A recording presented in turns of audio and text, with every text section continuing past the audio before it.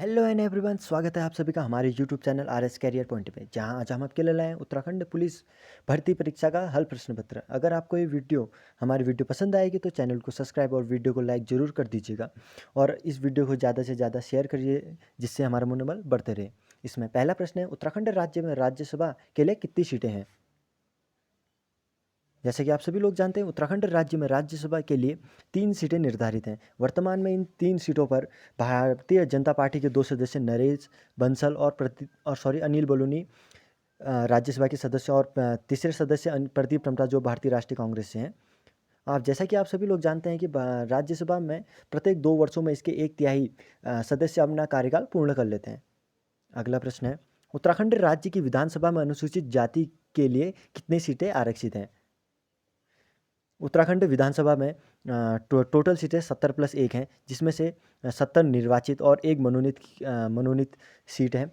और इन 70 सीटों में से 13 सीटें अनुसूचित जाति के लिए निर्धारित है, आरक्षित है, और 2 सीटें अनुसूचित जनजाति के लिए निर्धारित हैं। और जो इसकी एक सीटें हैं, ये एंग्लो इंडियन सदस्य के लिए निर्धारित की जाती है। अगला प्रश्न है, उत्तराखंड राज्य का राजकीय पुष्प क्या है? जैसा कि ये तो आसान सा प्रश्न है। जैसा कि आप सभी लोग जानते हैं कि उत्तराखंड राज्य का राजकीय पुष्प ब्रह्मकमल है। वेदों में ब्रह्मकमल का भी उल्लेख मिलता है। यह कश्मीर, मध्य नेपाल, उत्तराखंड में फूलों की घाटी, केदारनाथ आदि स्थलों पर जिनकी ऊंचाई 3600 मीटर से अधिक ऊंचाई पर पाया जाता है, और इसकी जड़ों में औषधि गुण होते हैं। यह बहुत ही दुर्लभ प्रजाति के पुष्प हैं। अगला प्रश्न है, उत्तराखंड राज्य में निम्न जनपदों में से किस जनपद की जनसंख्या सब सर्वाधिक है? यहाँ पर हमें 4 जनपद दिए गए हैं: चमोली, हरिद्वार, पौड़ी और उत्तरकाशी। और हमें बताना है कि किस जनपद की जनसंख्या सर्वाधिक है। जैसे आप 2011 की जनगणना के अनुसार चमोली की जनसंख्या 3,91,605 है, और पौड़ी गढ़वाल की जनसंख्या 6,87,271, और हरिद्वार की जनसंख्या 18,90,442, और उत्तरकाशी की जनसंख्या 3,30,886 है। और जैसा कि इन जनसंख्या के हिसाब से उत्तराखंड राज्य का हरिद्वार सर्वाधिक जनसंख्या वाला जनपद है, जिसकी जनसंख्या 18,90,442 है। अगला प्रश्न है, उत्तराखंड में राष्ट्रीय प्रौद्योगिकी संस्था किस जनपद में स्थित है? उत्तराखंड राज्य में राष्ट्रीय प्रौद्योगिकी संस्था पौड़ी गढ़वाल में स्थित है। इसकी स्थापना वर्ष 2011 में की गई थी। वर्ष 2010 में इसकी स्थापना की गई थी। अगला प्रश्न है, उत्तराखंड राज्य में भारतीय प्रबंधन संस्था IIM स्थित है। हमें बताना है कि उत्तराखंड राज्य में भारतीय प्रबंधन संस्था IIM कहाँ स्थित है? उत्तराखंड राज्य में काशीपुर में भारतीय प्रबंधन संस्था स्थित है। इसकी स्थापना 2011 में की गई थी।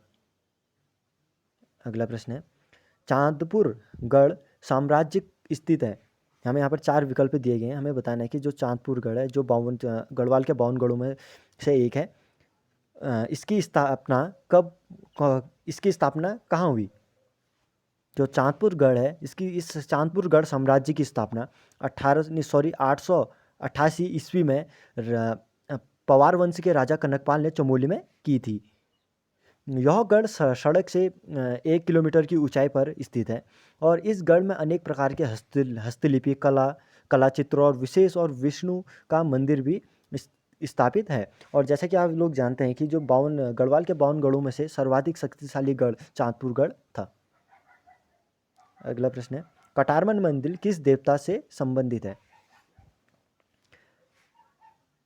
कटारमल मंदिर जो अल्मोड़ा जनपद में स्थित है, उत्तराखंड के अल्मोड़ा जनपद में स्थित है, यह सूर्य देवता से संबंधित है। यह सूर्य मंदिर न सिर्फ कुमाऊं मंडल का ही सबसे विशाल और ऊंचा और अनूठा मंदिर है, बल्कि उड़ीसा में कोणार्क मंदिर के बाद एकमात्र प्राचीन सूर्य मंदिर है। कुमाऊं में इसकी स्थापना, अल्मोड़ा में जनपद में कटारमल मंदिर की स्थापना शक राजाओं ने की थी। और कुमाऊं में कटारमल मंदिर की स्थापना शक राजाओं ने की थी। अगला प्रश्न है, निम्नलिखित में से कौन स्वतंत्रता सेनानी है जिसका संबंध कुमाऊं से है? हमें यहाँ पर 4 विकल्प दिए गए हैं। पहला विकल्प है कालू साई, नहीं सॉरी, पहला विकल्प है कालू मेहरा, दूसरा विकल्प है शिव ओम जोशी, वेदांतर पांडे और उपरोक्त में से कोई नहीं। और हमें बताना है कि उत्तराखंड निम्नलिखित में से कौन सा स्वतंत्रता सेनानी कुमाऊं से संबंधित है। जैसा कि आप सभी लोग जानते हैं कि कालू मेहरा का जन्म 1831 ईस्वी को कुमाऊं के चंपावत जनपद में लोहाघाट के नज़दीक धुआ मेहरा गांव में हुआ था।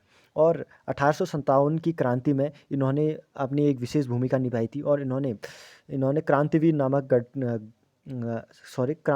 नामक संगठन की भी स्थापना भी की थी। और इन्हें कुमाऊं का ही नहीं बल्कि उत्तराखंड का भी प्रथम स्वतंत्र क्रांतिकारी होने का भी गर्व प्राप्त है।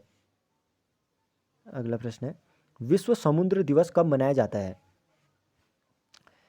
विश्व समुद्र दिवस प्रत्येक वर्ष 8 जून को मनाया जाता है। सर्वप्रथम 1992 को रियो डी जेनेरो में सम्मेलन में कनाडा के द्वारा इसे मनाने के प्रस्ताव रखा गया और इसे वर्ष 2008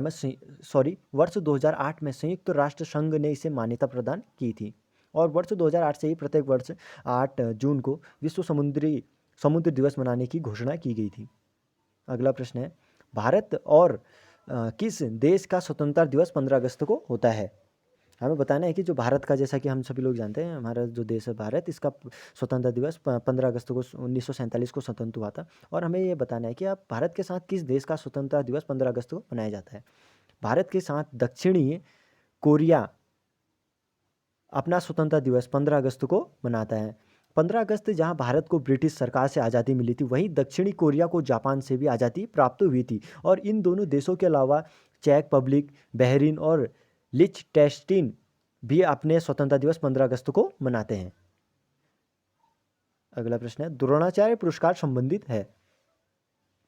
हाँ, यहाँ पर हमें 4 विकल्प दिए गए हैं। हमें बताना है कि द्रोणाचार्य पुरस्कार किससे संबंधित है। द्रोणाचार्य पुरस्कार खेल प्रशिक्षक से संबंधित है। द्रोणाचार्य पुरस्कार द्रोणाचार्य पुरस्कार 1985 से प्रारंभ हुआ था। यह पुरस्कार खिलाड़ियों और टीमों के प्रशिक्षण प्रदान करने वाले उत्कृष्ट कार्य करने वाले खेल प्रशिक्षकों को दिया जाता है। वर्ष 2016 के लिए यह पुरस्कार विराट कोहली के कोच राजकुमार शर्मा सहित अन्य 5 लोगों को प्रदान किया गया था। अगला प्रश्न है, लाला लाजपत राय किस पुस्तक के लेखक हैं? यहाँ पर हमें 4 विकल्प दिए गए हैं। लाला लाजपत राय जो एक स्वतंत्रता सेनानी थे, इनकी पुस्तक कौन सी है? जैसे लाला लाजपत राय द्वारा लिखित पुस्तक अनहैप्पी इंडिया है। अनहैप्पी इंडिया इन्होंने इसके अलावा लाला लाजपत राय ने अनहैप्पी इंडिया के अलावा यंग इंडिया, इंग्लैंड डेस्ट to India, the political future of India नामक पुस्तकों की रचना की थी। अगला प्रश्न है, मदन मोहन मालवीय को महामना की पदवी किसने दी थी? मदन मोहन मालवीय को महामना की पदवी महात्मा गांधी द्वारा प्रदान की गई थी। मदन मोहन मालवीय का जन्म 25 दिसंबर 1861 को हुआ था। वे महान स्वतंत्रता सेनानी, राजनीतिज्ञ और शिक्षाविद थे। 24 दिसंबर 2014 को मालवीय जी को भारत सरकार द्वारा भारत रत्न से सम्मानित किया गया। अगला प्रश्न है, निम्न में से कौन राजनीतिज्ञ नहीं थे? यहाँ पर दिया गया है, हमें 4 विकल्प दिए गए हैं। हमें बताना है कि इनमें से कौन राजनीतिज्ञ नहीं थे।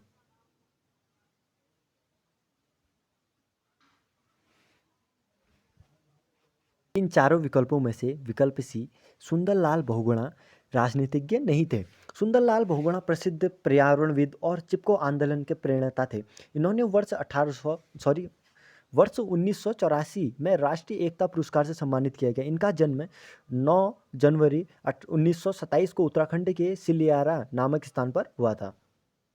अगला प्रश्न है, बेरी रोग किसकी कमी से होता है? बेरी रोग विटामिन बी की कमी से होता है और बी की कमी से होता है। बेरी रोग अर्थात चल नहीं सकता, इसका बेरी का अर्थ होता है चल नहीं सकता है। संसार में जिन क्षेत्रों में चावल मुख्य आहार होता है उनमें यह रोग विशेष रूप से पाया जाता है। अगला प्रश्न है, प्राथमिक रंग हैं। यहाँ पर 4 विकल्प दिए गए हैं, हमें बताना है इनमें से प्राथमिक रंग कौन कौन से हैं। प्राथमिक रंग होते हैं लाल, हरा और नीला। लाल, हरा और नीला इसमें प्राथमिक रंग होते हैं।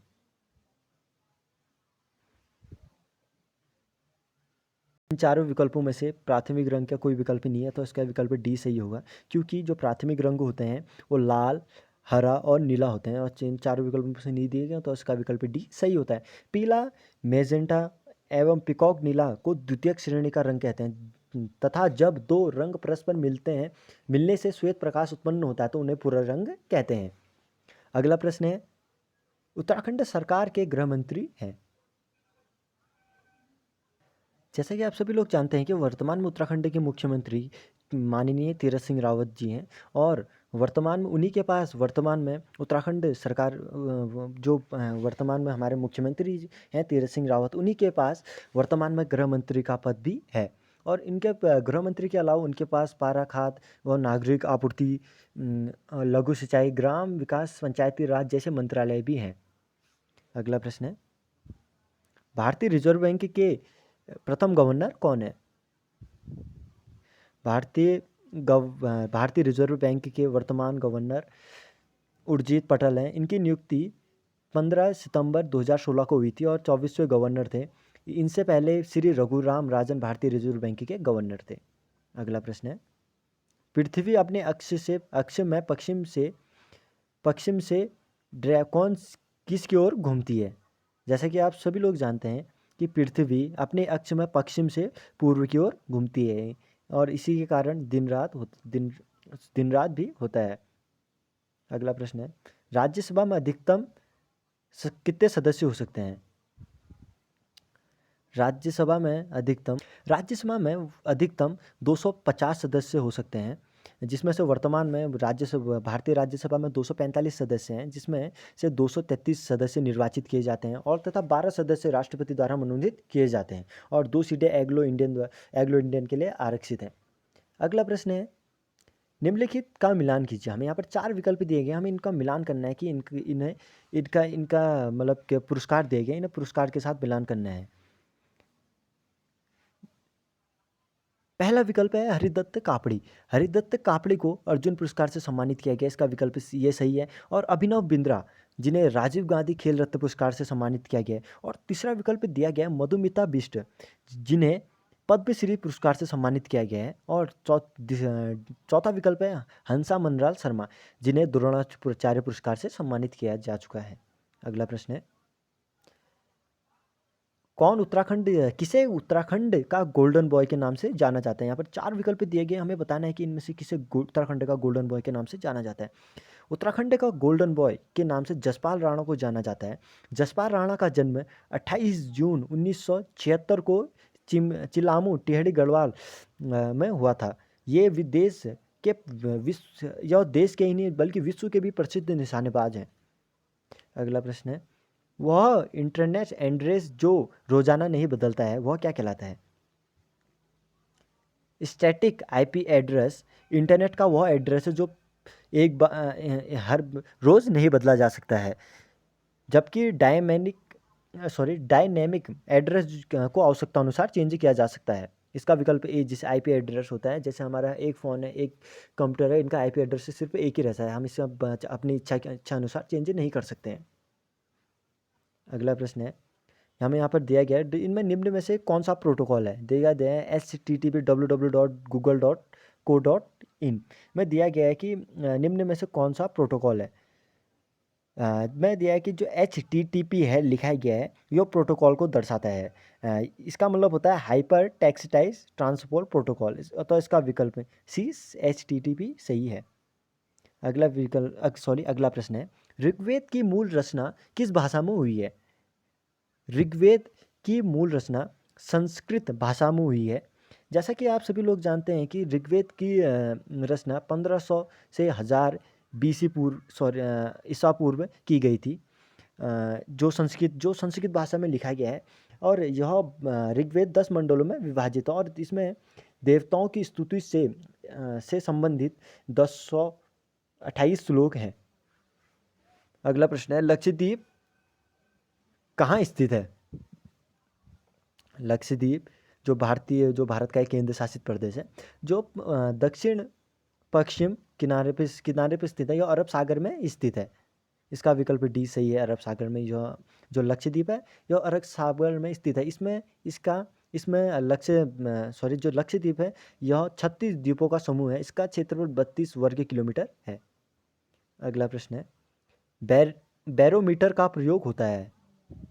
अब यहाँ पर दिए गए 4 विकल्प दिए गए, हमें बताना है कि बैरोमीटर का प्रयोग किस क्षेत्र में किया जाता है।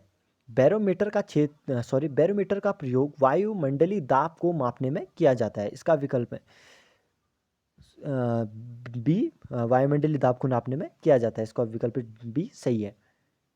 अगला प्रश्न है, निम्न में से कौन सी अनुसूचित जनजाति उत्तराखंड में पाई जाती है? यहाँ पर लिखा गया है उत्तराखंड में जो कौन सी अनुसूचित जनजाति पाई जाती है। इसका विकल्प लिया गया ए, जो भोटिया जनजाति यह उत्तराखंड में पाई जाती है, और दूसरा दिया गया जौनसारी, जो यह अनुसूचित जनजाति भी उत्तराखंड में पाई जाती है, और तीसरा विकल्प दिया गया बुक्सा, यह भी उत्तराखंड में पाई जाती है। अतः इसका विकल्प यह होता है, 3 जनजातियाँ उत्तराखंड में पाई जाती हैं, अतः इसका विकल्प ये सभी सही है। अगला प्रश्न है, उत्तराखंड का पुलिस मुख्यालय कहाँ स्थित है? उत्तराखंड का पुलिस मुख्यालय उत्तराखंड राज्य की शीतकालीन राजधानी देहरादून में स्थित है। अगर आपको ये वीडियो पसंद आए तो चैनल को लाइक और वीडियो को सब्सक्राइब चैनल को सब्सक्राइब और वीडियो को लाइक ज़रूर कर दीजिएगा। धन्यवाद। और इसका हम दूसरा पार्ट जल्दी ही आपके सामने लाएंगे। धन्यवाद।